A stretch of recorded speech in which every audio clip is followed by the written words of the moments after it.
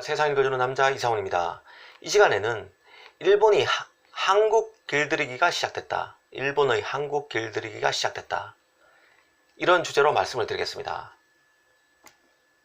일본 정부가 우리 정부의 일제 강제징용 배상 판결에 대한 보복으로 반도체 핵심 소재의 수출 규제에 나설 것이란 보도가 산케에 나왔습니다. 어제 나왔는데요. 수출 규제 품목을 보면요. 플루오린, 플리이미드, 그 다음에 리지스트, 에칭가스, 이 세 개 품목입니다. 이 세 개 품목은 모두 반도체 핵심 소재인데요. 플루오린, 플리이미드의 경우 TV 스마트폰에 들어가는 디스플레이 패널에 쓰이는 화학 물질입니다. 그 다음에 리지스트 같은 경우는요, 반도체 공정 가운데 웨이퍼에 코팅막을 씌우는 사진 감각액이 있는데요. 이게 바로 리지스트입니다. 그리고 반도체 웨이퍼의 세정 및 식각 공정에 쓰이는 게 바로 에칭가스, 고순도 불화수소라고 불리는 건데요. 이게 바로 세 개 품목입니다. 이번에 일본 정부가 수출 규제에 포함시킨 세 개 품목입니다. 그 산케이 보도에 따르면요, 일본 정부가 지금까지 한국의 수출 절차를 간소화하는 등 우대 조치를 이 세 개 품목에 대해서 취해왔었지만, 이번에는 이 수출 신고제, 일종의 신고제였는데 이것을 허가제로 바꿔가지고 건건별로 일본이 수출할 때마다 건건별로 수출 심사를 하겠다는 겁니다. 허가 신청과 심사에는 한 90일 정도가 걸린다고 그러네요. 한 3개월 정도가 걸리니까요. 일본 정부가 그 심사를 빌미로 허가에 뜸을 들일 수 있고, 이게 바로 우리 기업들, 반도체 기업이나 디스플레이 기업들, 디스플레이를 가지고 또 TV를 만드니까요. 전자업체들의 생산 차질로 이어질 수도 있습니다. 이들 품목은 모두 일본이 전 세계 공급량의 90% 가까운 제품들이, 원자재들입니다. 일각에서는 에칭가스, 그러니까 고순도 불화수소 같은 경우는 세계 점유율이 일본이 70%라는 얘기도 있는데요. 기업에서는 90%에 가깝다는 얘기를 하고 있습니다. 그러면 이 세 개 모두 다 90%에 가깝다고 보셔도 크게 무리는 아닐 것 같습니다. 한마디로 일본 의존도가 절대적인 원자재란 얘기입니다. 일본 정부가 맘먹고 공급 통제에 나설 경우 손쓸 방도가 사실상 없다는 얘기입니다. 지금 반도체 같은 경우에는요, 메모리 업황 하락, 악화, 그리고 무역 분쟁으로 인한 비즈니스 불확실성이 커진 상황이죠. 이런 데서 일본의 이런 원자재, 화학물질, 공급 목리마저 현실화되면 사실 설상가상의 처지로 내몰릴 수도 있습니다. 일본의 의존도가 크기 때문에 이런 화학물질에 대한 수출 허가가 더디게 되면 문제가 커질 수 있습니다. 원자재의 국산화, 그리고 수입선 다변화를 많이 그 해법으로 얘기를 하지만요. 또 재고도 있죠. 재고도 한 2달 정도 있다고 하는데요. 이걸로 대처하기에는 일본 의존도가 너무 커서 한계가 있다고 보는 게 맞을 것 같습니다. 그리고 이번 그 규제가 이루어진 시점을 좀 봐야 되는데요. 발표가 이루어진 시점을요. 오사카에서 열린 주요 20개국 G20 정상회의에서 한일 정상회담을 못했죠.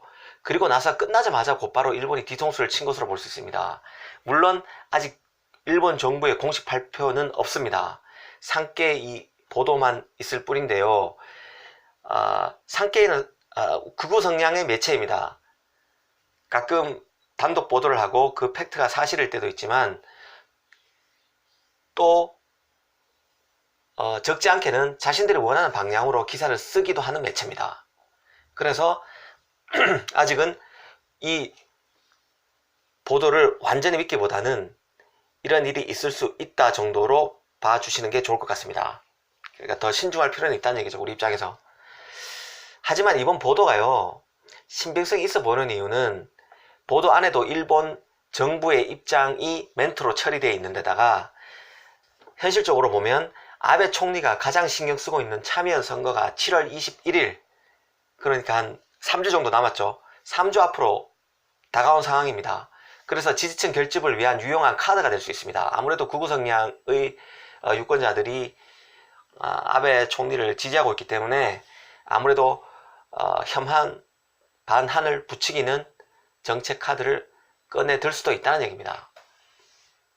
그리고 지금 대일 관계가 상당히 악화일로 있기 때문에 이런 규제 카드, 그러니까 세계 화학 물질에 대해서 신고제에서 허가제로 바꿔서 일본 정부의 입김이 들어가도록 만드는 이 카드 정책 변화가 충분히 가능한 시나리오라는 생각입니다. 특히 그 참여 선거, 이 선거는 아베에게 개헌으로 가는 길목 선거로 불리는 선거입니다. 개헌 추진을 위해서는 반드시 이겨야 하는 선거이기 때문에 지지층을 모으기 위해서도 필요할 수 있다는 얘기죠. 사실 이번 그 조치가 좀 의외라고 여겨졌던 거는요, 대일 관계가 아무리 악화일로여도 경제 제재는 현실적으로 없을 것이라는 예측이 많았기 때문입니다. 당장 무역 구도만 봐도 그런데요, 우리 쪽에서 일본으로 수출하는 품목이 많지 않습니다. 우리의 주력이라고 하는 자동차 가전만 해도 일본에 수출하는 물량이 적습니다. 자동차는 현대차가 안 팔립니다. 일본에서 도요타가 있죠. 혼다도 있고요. 가전은 역시 마찬가지입니다. 소니, 파나소닉, 너무나 쟁쟁한 브랜드들이 일본에도 많기 때문에 삼성전자, LG전자가 일본에서는 힘을 못 쓰는 편이죠.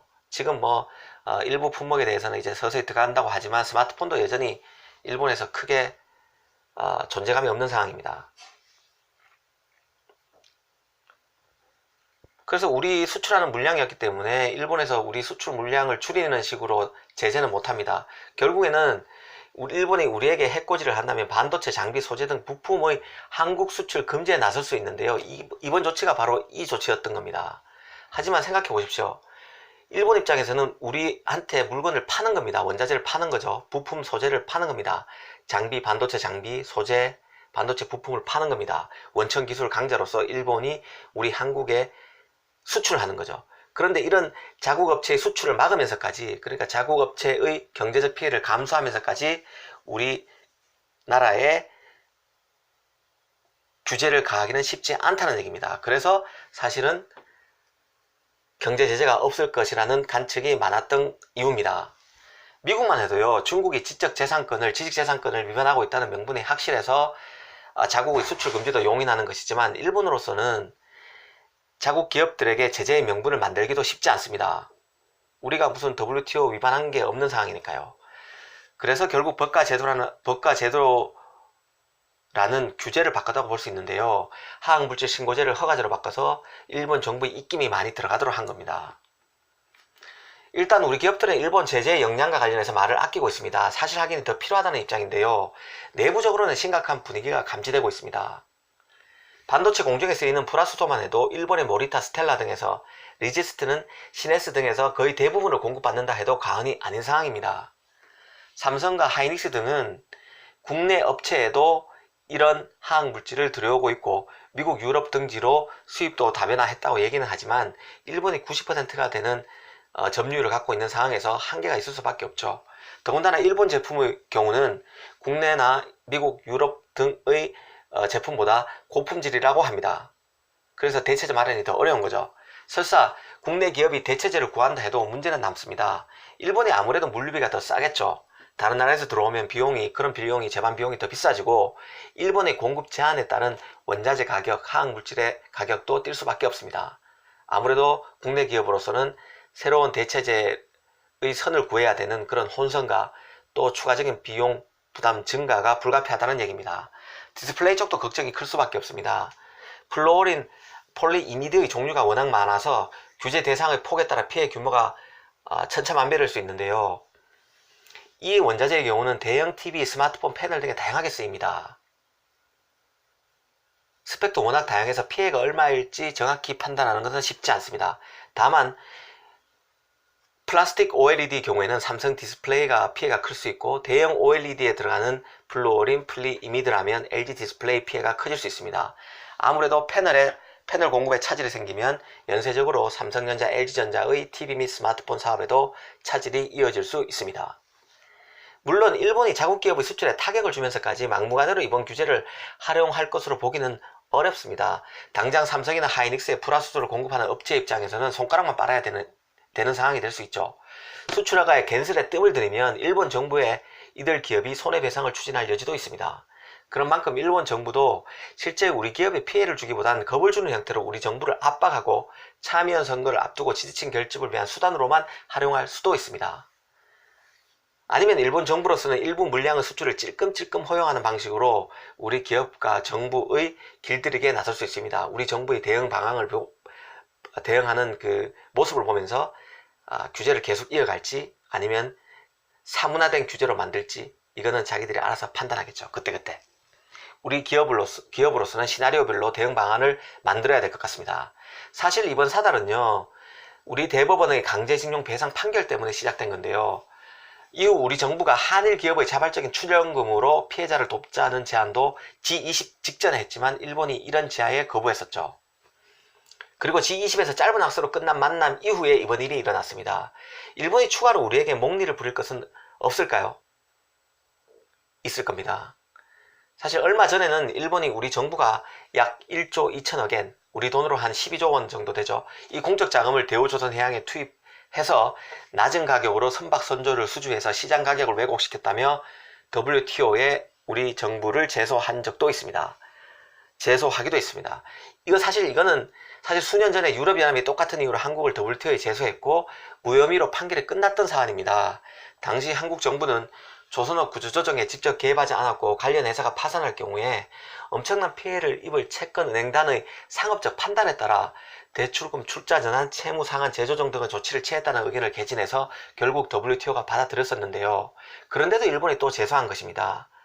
그런 연장선에서 보면 일본이 이번에 현대중공업과 대우조선해양의 합병에 목리를 부릴 수도 있다는 생각이 듭니다. 두 조선사 합병을 위해서는 유럽연합, EU조, 미국, 중국, 일본 등 10여 개국의 신고서를 제출하고 승인을 받아야 합니다. 이미 시장에서는 일본의 기업 결합 승인 여부가 예측 불허라고 말하고 있는데요. 일본은 이미 우리 국내 정부와 조선 업계의 부정적인 인식이 팽배합니다. 사실 일본이 기업 결합을 불허한다 해도 대우조선해양 인수 방법이 전혀 없는 것은 아닙니다. 일본에 선박을 수출하지 않으면 되는데요. 하지만 일본 선박 시장이 얼마나 큽니까? 일본은 지난 한 해 동안 선박에 총 73억 달러를 투자했습니다.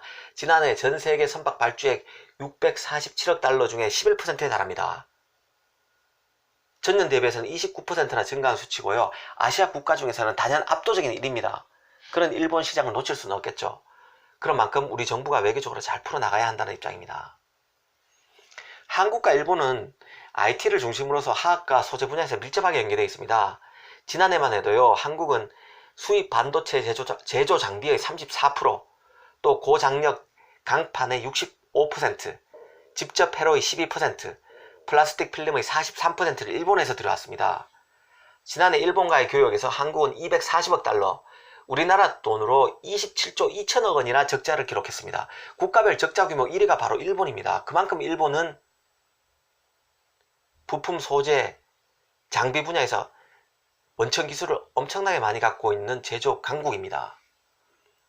역으로 보면요, 일본으로서는 자국 경제에 타격을 내면서까지 우리가 밉다는 뜻도 됩니다. 우리나라에 대해 규제를 한다는 얘기는요.